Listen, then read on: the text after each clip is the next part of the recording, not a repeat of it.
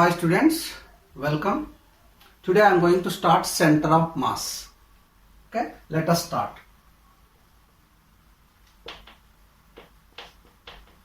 So what is center of mass? So instead of giving definition, I will try to explain with certain example. Okay, see, I am considering a two particle system. So two particle system of M1 and M2. So assume that this is M1 and M2, but for my convenience I am erasing it. So if these two particle system is connected with lightweight rod, a rod which is having less mass, very less mass, and connected like this. So assume that this is placed on the horizontal surface like this. So if I apply some force at this point, what happens? For example, assume that these two masses are equal. So if I apply some force, what happens? Obviously this part will move like this. This part will be here only. That means it is rotating. So when you apply the force at one of the end, it is rotating. The end where you are applying the force is moving, but the another end is here only. That means this body is rotating. And another example, if the same body, same system, instead of applying force at this point, this is the first explanation. Instead of applying force at this end, if I apply the force at this point, what happens? This part will rotate. This part will be here only, but this part will move. So observe this carefully. If you apply this at this part, this part is going. So when you are applying here, this part is going. In both cases, the body is rotating. But if you apply a force at a particular point, if you apply external force, this body, instead of rotating, the whole body will move. That means the whole body is changing its position. See, observe, when you are applying at a particular point of this system, this is the system of two particles connected with a rod. When you are applying a force at a particular point on this system, this total body is moving. This point in the body, this point of the system is called center of mass. So what is the meaning of this? The center of mass is a point inside the body or point inside the system of a particles where all mass of this system is supposed to be concentrated. So this point acts such a way that the whole mass of the system is concentrated at this point. This is called center of mass. I hope it's clear for you. Now, what are the properties of the center of mass? Center of mass of a system can be outside the material or inside the material. For example, if you take a solid sphere, then center of mass of the solid sphere is exactly at the geometric center. If you take a cube, I am not showing in three-dimensional way, then center of mass is exactly at the geometric center. If you take a cylinder, solid cylinder, then center of mass of this is exactly at the geometric center. If it is hollow cylinder, center of mass may be here, but it is inside the boundary of the body, but it is outside the material. If it is hollow cylinder, center of mass will be here only, there is no doubt. If it is uniform area of cross section, so center of mass will be here, but it is outside the material. So that means what? Center of mass of the body can be outside the material or inside the material. So for a particular body, if you take a solid bodies of particular shape, you can very easily find the center of mass. Now, once you understand this center of mass, now we need to find the coordinates of center of mass. For example, I am considering a two particle system. One particle of mass m1 is placed, its x coordinate is x2. Then another particle m2 is placed on the x-axis, a x coordinate is x1, this is x1, this is x2, sorry. Okay. So assume that the distance Assume that the center of mass of this system is here. For example, let us take the center of mass of this system is here. And you consider this distance between the first particle m1 from the center of mass as d1 and consider this distance as d2. Okay? Now, the x coordinate of this particle m1 is what? x1. X coordinate of this particle is what? x2. Now, if you consider these are two particles, the center of mass may be outside the material of the system, but it is at a particular position. It is also having its x coordinate. The x coordinate of this is what? This x coordinate is considered as xcm. That means x coordinate of center of mass. So xcm is this. So I want to find out, if you know the x coordinates of m1, x coordinate of m2, you can find the x coordinate of center of mass. For example, instead of x1 and x2, if these values are given, then how to find the x coordinate of the center of mass of this system? So we are going to discuss that.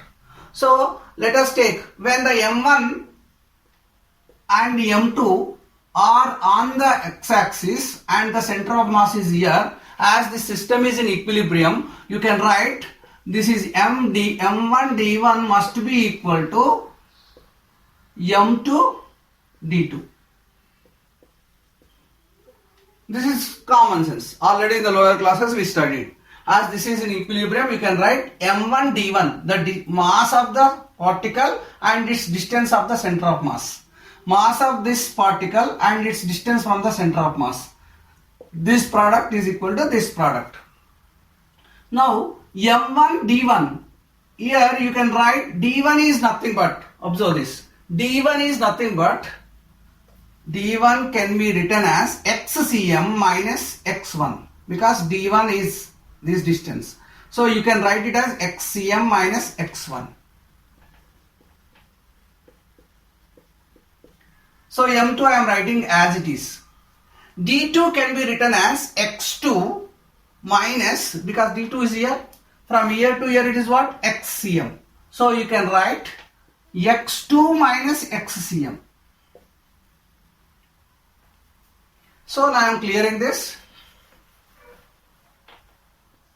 So you can write m1 xcm minus m1 x1 is equal to m2 x2 minus m2 xcm. I will bring all xcm's one side. So this is m1 xcm is already here. If I bring, it becomes m2 xcm.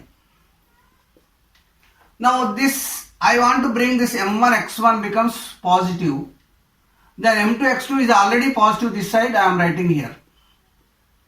Now our goal is to find the xcm. So xcm you take common, it becomes m1 plus m2 is equal to m1 x1 plus m2 x2.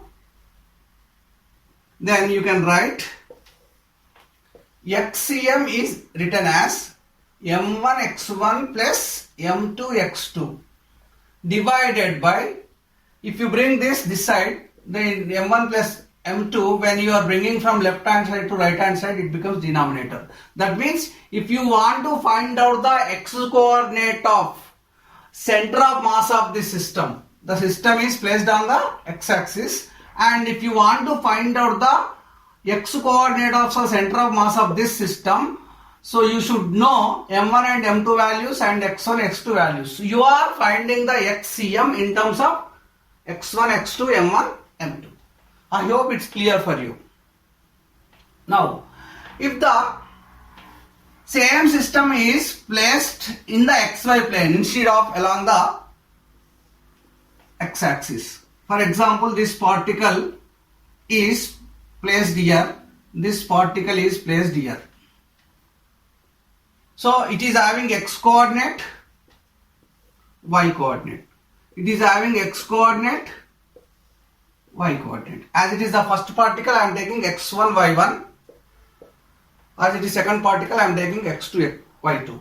So for this already we discussed, for if you want to find out if the center of mass of this is here, center of mass of this particular system is here, then how can you find this xcm? It's very simple. m1 xcm, m1 x1 plus m2 x2 divided by m1 plus m2. We already derived this. Similarly, if you want to find out the y coordinate of this system, ycm, if you want to find out the ycm here, m1 y1 plus m2 y2 divided by m1 plus m2.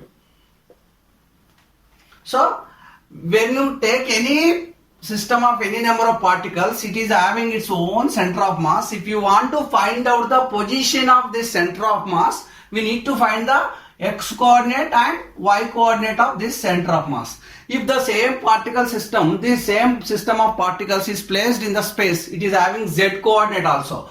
So if it is z coordinate, you can write m1 z1 plus m2 z2 divided by m1 plus m2.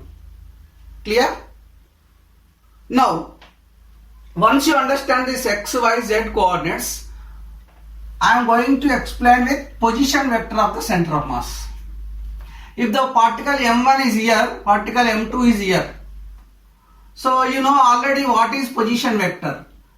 The straight line which is drawn from the particle towards the origin, to the origin, and the distance between the straight line drawn from m2 to the origin is called position vector of this and position vector of this.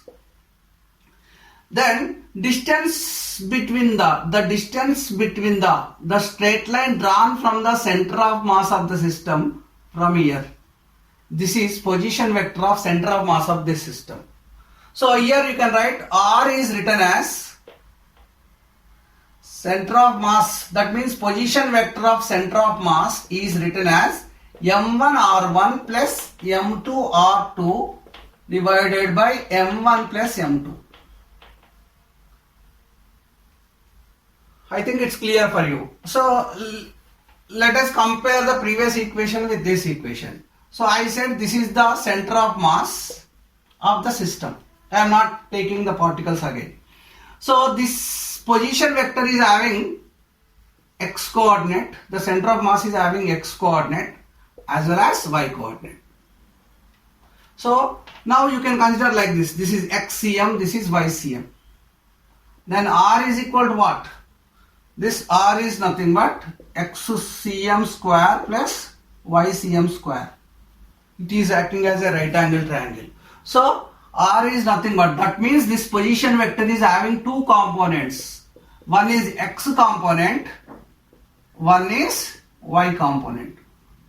So this is the way you can find the position vector of center of mass.